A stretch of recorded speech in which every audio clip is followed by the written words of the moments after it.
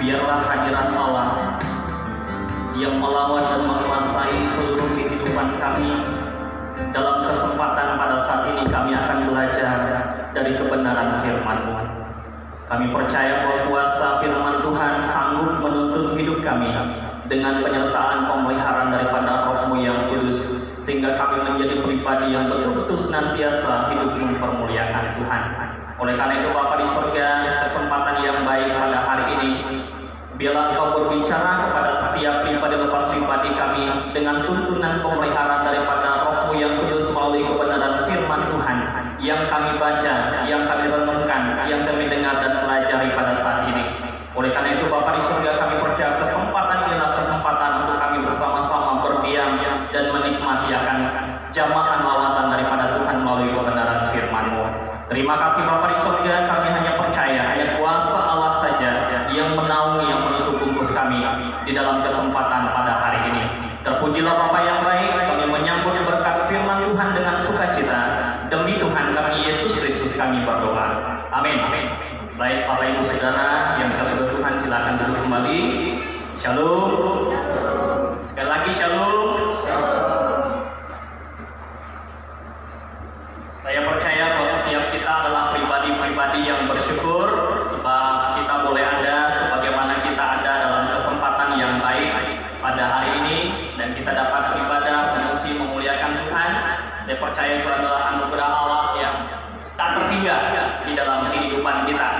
Bapak Ibu Saudara yang dikasihi oleh Tuhan, saya mengajak kepada kita bersama-sama di hari ini membuka dari kebenaran firman Tuhan, dan mari kita belajar bersama-sama dari Roma pasal yang ke-10.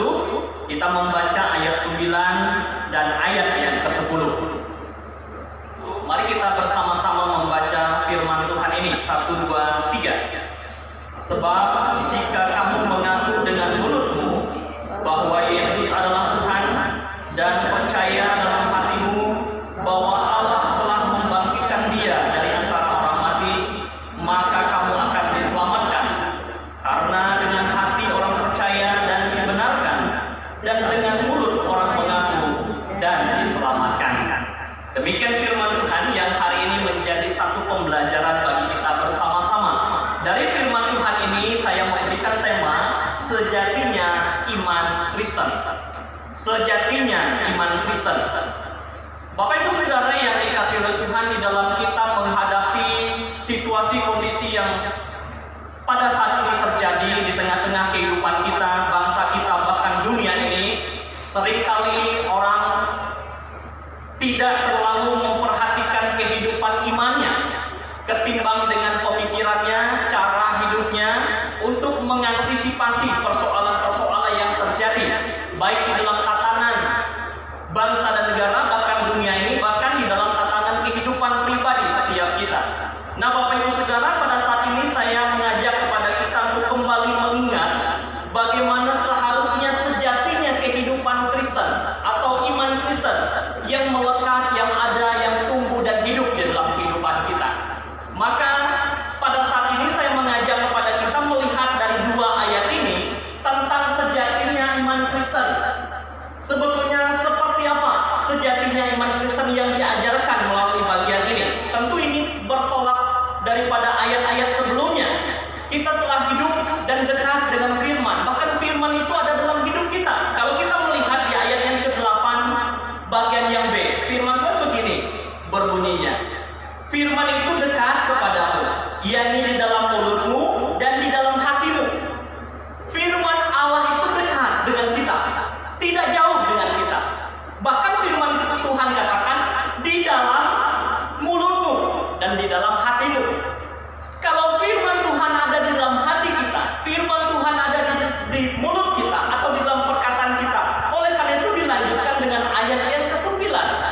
Sebab jika kamu mengaku dengan mulutmu bahwa Yesus adalah Tuhan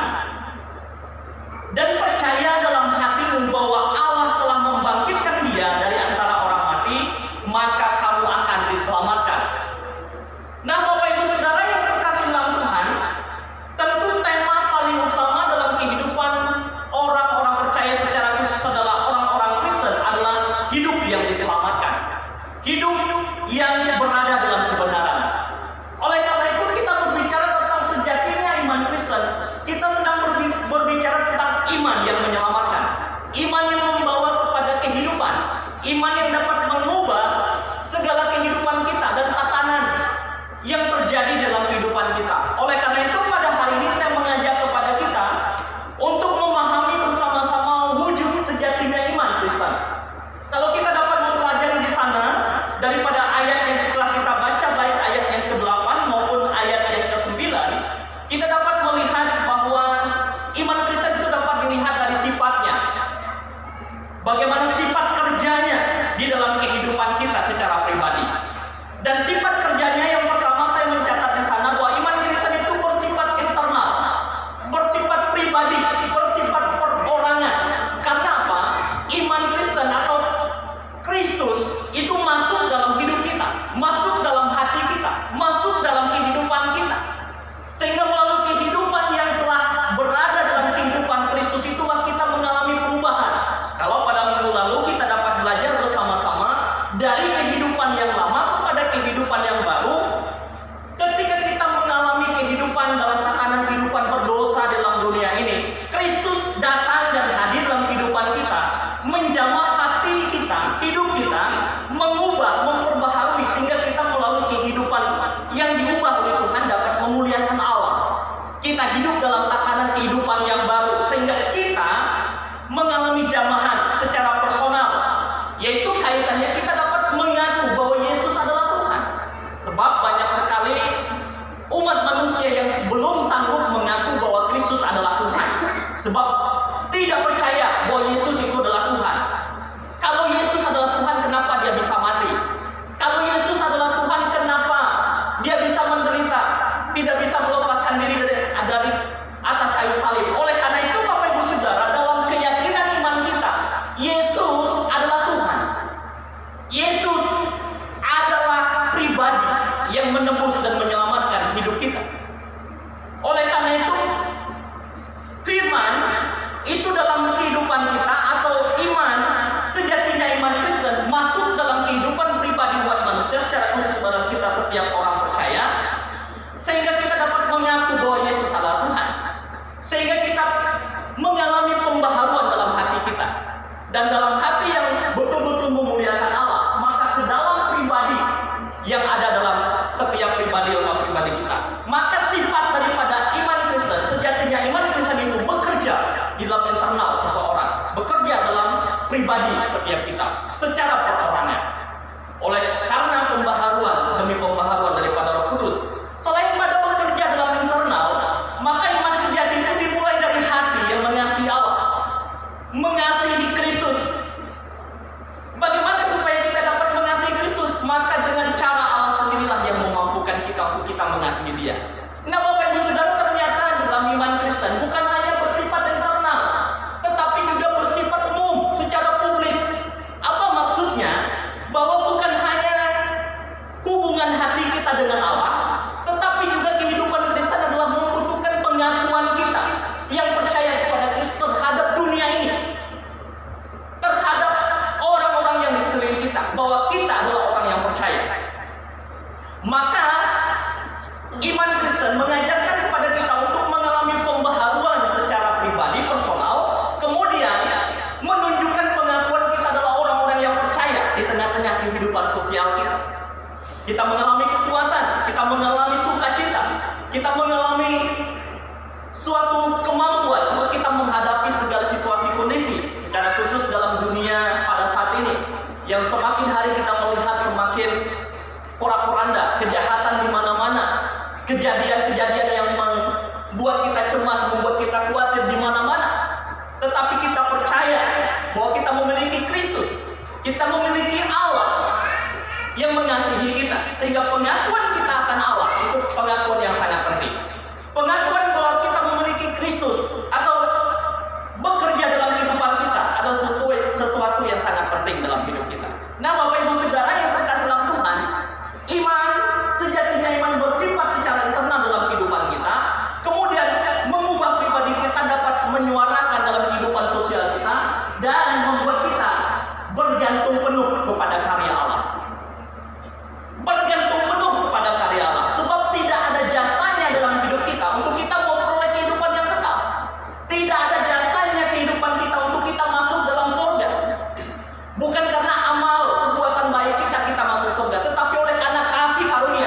Sekali lagi, pandangan atau keyakinan iman Kristen diselamatkan bukan karena perbuatan baik, tetapi kita berbuat baik itu suatu keharusan sebab kita telah diselamatkan. Amin.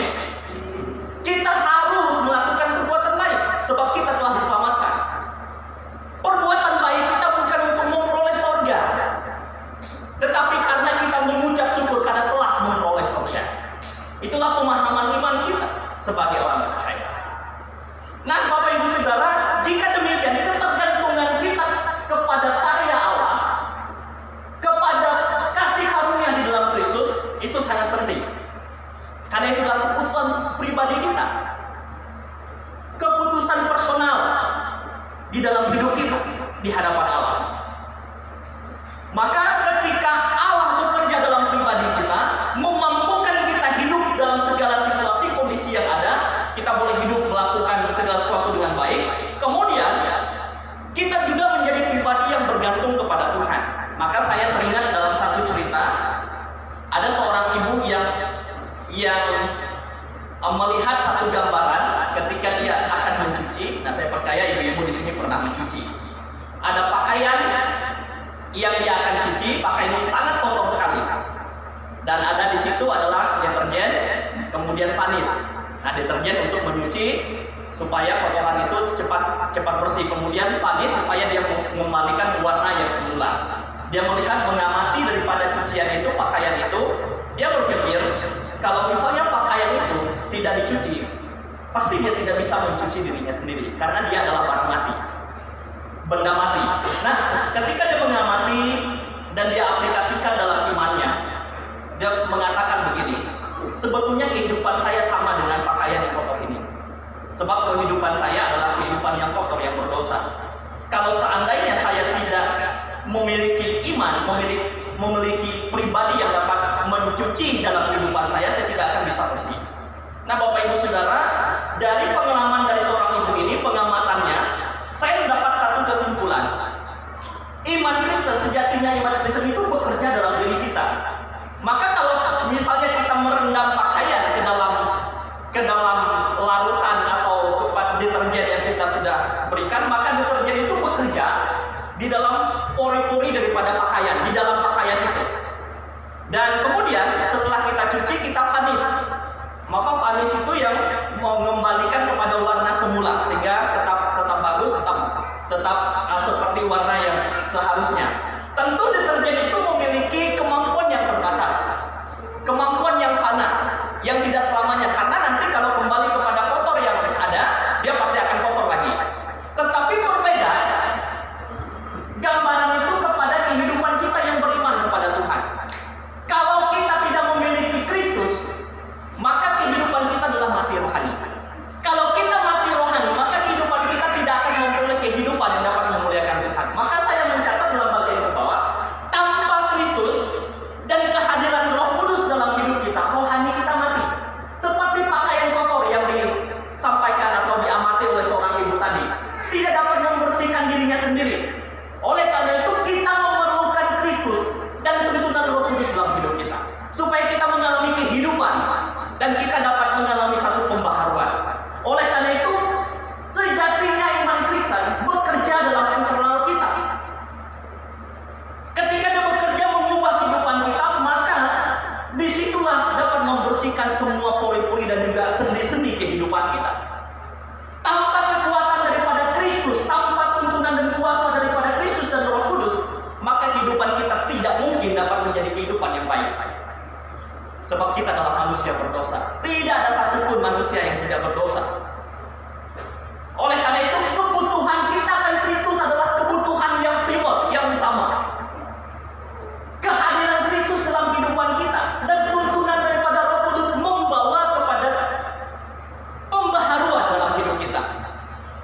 Kehidupan kita yang tidak layak, kehidupan yang kita yang tidak benar, tetapi ketika Kristus ada dalam hidup kita, ketika Roh Kudus memampukan kita, maka kita dapat berseru, Yesus adalah Tuhan. Dan hati kita dibaharui, kita dapat percaya, dan disitulah kekuatan kita memperoleh keselamatan. Maka bagian pertama kita dapat melihat sifat kerjanya daripada sejatinya iman kita, yaitu bekerja dalam diri kita, mengubah secara personal dalam hidup kita. Dan saya percaya itu semua terjadi dalam kehidupan kita yang dari tempat ini. Amin. Mengubah setiap pribadi kita. Yang kedua, mari kita mempelajari yang kedua. Kita dapat melihat sejati imannya Kristen itu daripada isinya. Sebetulnya apa yang menjadi isi daripada iman Kristen? Kalau kita dapat melihat yang pertama adalah sifat kerjanya, tetapi apa yang menjadi isi sebetulnya? Isi daripada iman Kristen itu adalah pengakuan bahwa Yesus adalah Tuhan. Sekali lagi, kita lihat di ayat yang ke-9 dan ayat yang ke-10 berkata di sana, sebab jika kamu mengaku dengan mulutmu bahwa Yesus adalah Tuhan dan percaya dalam hatimu bahwa Allah telah membangkitkan Dia dari antara orang mati, maka kamu akan diselamatkan. Maka di dalam ayat ini selalu mengajak kepada kita, kebutuhan keselamatan adalah kebutuhan yang primer. Bagaimana kita memperoleh keselamatan itu adalah pengakuan kita bahwa Yesus adalah Tuhan. Kalau kita mengaku bahwa Yesus adalah Tuhan, maka pengakuan itu harus disertai dengan kasih yang sempurna, kasih yang utuh kita kepada Allah, kepada Kristus.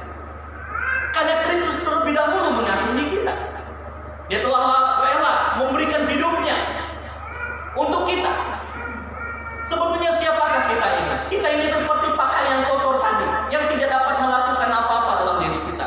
Tetapi Kristus mau berkorban bagi kita. Oleh karena itu pengakuan iman kita bahwa Yesus itu adalah Tuhan yang bekerja, yang sanggup mengampuni. Sebab tidak ada pribadi lain yang dapat mengampuni hidup kita. Kemudian selain pada pengakuan kita, kita juga menjadikan Kristus sebagai satu-satunya yang berharga dalam hidup kita. Nah, karena itu Bapak Ibu Saudara, kalau Kristus adalah satu-satunya yang paling berharga, yang sangat berharga dalam hidup kita, maka kita abaikan hal-hal yang lain yang paling berharga dalam hidup kita. Hal yang lain nomor 2, nomor 3 dan selanjutnya. Tetapi yang pertama adalah Kristus. Kalau Kristus yang utama dalam kehidupan kita, yang lainnya adalah hal-hal yang menjadi bonus dalam hidup kita. Maka dikatakan carilah dahulu kerajaan Allah dan kebenarannya. Nah, Bapak Ibu Saudara, kalau kita telah menjadikan Kristus sebagai satu-satu yang berharga dalam hidup kita, kita juga harus sungguh-sungguh meletakkan aspek hidup kita pada otoritas Kristus. Setiap pribadi yang telah mengalami pembaharuan daripada sejarah internal, Kristus telah hidup dan mati bagi dirinya, dan mengakui bahwa Yesus adalah Tuhan, maka dia pasti meletakkan aspek hidupnya atau seluruh aspek hidupnya hanya kepada Kristus. Otoritas tertinggi dalam hidupnya adalah Kristus, yang memimpin pribadinya, memimpin keluarganya, memimpin komunitasnya, memimpin segala macam aspek kehidupannya. Sehingga ketika sungguh-sungguh meletakkan aspek kehidupannya kepada otoritas Kristus, Kristus yang bekerja dalam hidup kita, di dalam rohnya yang kudus yang menuntun senantiasa pribadi kita, menuntun masa depan kita, menuntun segenap kehidupan kita melangkah semakin hari.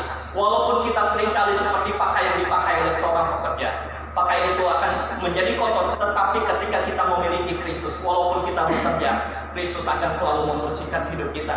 Kristus akan selalu menguatkan kita untuk kita berada dalam jalur yang memuliakan Dia, untuk kita hidup bersuka cita, sebab Kristus yang adalah Tuhan adalah Kristus yang betul-betul mengasihi kita, yang peduli akan kehidupan kita. Dia tidak peduli apa yang kita miliki, tetapi Dia peduli kepada pribadi kita. Dia sayang kepada pribadi kita. Dia sayang kepada jiwa kita. Sebab Kristus tidak mau hidup kita binasa. Allah tidak mau kita hidup di luar Dia. Oleh karena itu panggilan kita sejatinya iman Kristen adalah pengakuan kita bahwa Yesus adalah Tuhan. Ini sangat penting bagi kita bersama-sama. Kemudian yang kedua adalah percaya bahwa Yesus telah mati dan bangkit bagi kita. Selain kita percaya bahwa Yesus adalah Tuhan, tidak cukup di sana. Sebab Kristus telah mati bagi kita. Sebab Kristus telah bangkit bagi kita. Untuk apa? Menebus dosa kita, pelanggaran kita. Kemudian mengasihi dan mengampuni hidup kita. Pengampunan yang perlu dan sangat penting dalam kehidupan kita. Kalau Allah dalam Kristus telah mengampuni kita, mengapa kita tidak bisa mengampuni diri kita? Mengapa kita tidak mengampuni orang-orang yang ada di sekeliling kita, siapapun dia? Tidak ada istilah dendam, tidak ada istilah balas dendam atau balas membalas dalam kehidupan iman Kristen. Karena kita hidup dalam kasih. Ada amin? Nah, Bapak Ibu Saudara yang terkasih dalam Tuhan, kekuatan daripada Allah menjadi kekuatan bagi kita. Maka ketika Yesus telah mati dalam kayu salib dan Yesus telah bangkit membuktikan bahwa Dia adalah Tuhan, kemudian mengubah seluruh aspek kehidupan kita menjadi pribadi yang mengasihi Allah. Kita menjadi pribadi yang terus hidup dalam pembaharuan demi pembaharuan daripada Tuhan. Tidaklah kekuatan daripada kita, tidaklah jasa kita untuk mengubah diri kita, tidaklah jasa orang lain untuk mengubah pribadi yang lain, tetapi hanya pribadi Kristus yang dapat mengubah hidup kita.